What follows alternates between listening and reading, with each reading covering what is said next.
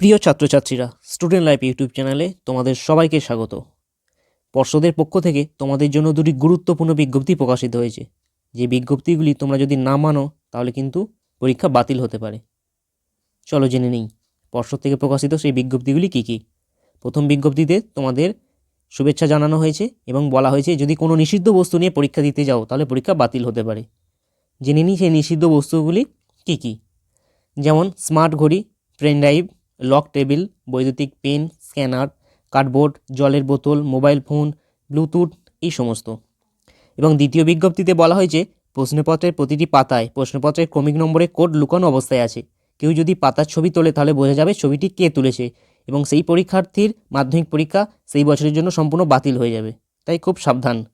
ভিডিওটি ভালো লাগলে এবং ইনফরমেটিভ লাগলে বন্ধুদের শেয়ার করো। পরীক্ষার জন্য অল দ্য বেস্ট।